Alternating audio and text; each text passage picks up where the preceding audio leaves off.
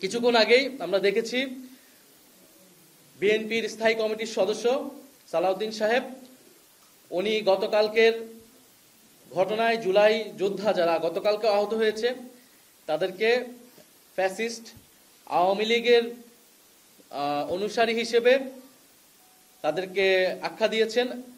আমরা তীব্র নিন্দা এবং প্রতিবাদ জানাচ্ছি। এবং হয়তো তিনি ভুলবশত, হয়তো তার কাছে তথ্য না থাকার কারণে তিনি এরকমটা বলেছেন।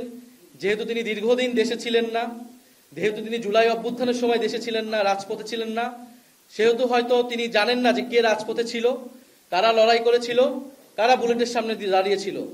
আতিকুল গাজী যার হাত কাটা গিয়েছে তাকে যখন ফ্যাসিস্ট আওয়ামী লীগের দোসর বলা হয়, যখন শহীদ মীর মুগ্ধের বাবাকে ফ্যাসিস্ট আওয়ামী লীগের দোসর বলা হয়, শহীদ ইয়ামিনের বাবাকে ফ্যাসিস্ট আওয়ামী লীগের দোসর বলা হয়, তাদের যে কোনো দাবির জন্যই, দাবির প্রেক্ষিতে, সেটা আমাদের জন্য খুবই কষ্টের, খুবই বেদনাদায়ক।